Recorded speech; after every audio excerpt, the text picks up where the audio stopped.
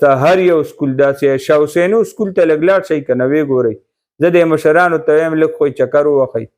د داګویسود دا سکول خو د دې ټول نوښار محکمه تعلیم دپاره زه کنځل ګڼم.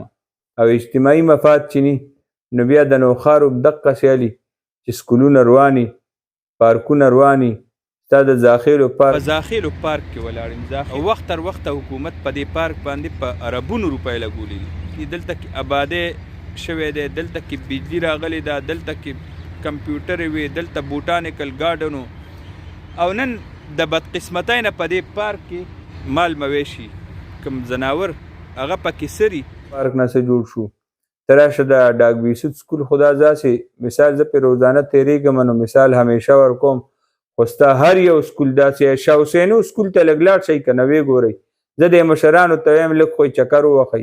زه چې دا ګیله کوم او دا جذباتو کې راشو نو زړه مو درد کوي چې یاره دا ټول مشران په دې دفترو کې کېناستل او څوک هم د شاه حسینو سکول ته لا نړو چې د راتلونکو زمونږ نسل دپاره مونږ دغلته یو عالیشانه لیبارټري جوړه کړو. ګیله به نه کومه چې ټول دا چې اوس موجوده کم مشران دي په دې دفترو کې کېناستل، افسرانو ته راغل.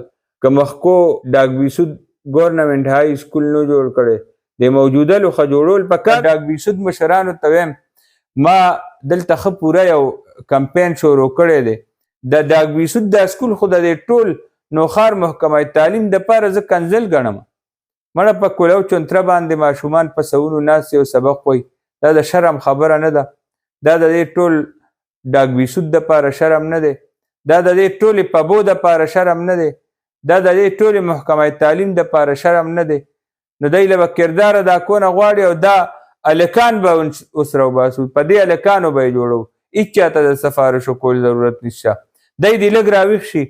دا سکول به دا نوجوانان، دا ځوانان، دا شملور، دا مشران، دا میندې خویندې د دی په کوشش جوړیږي انشاءالله.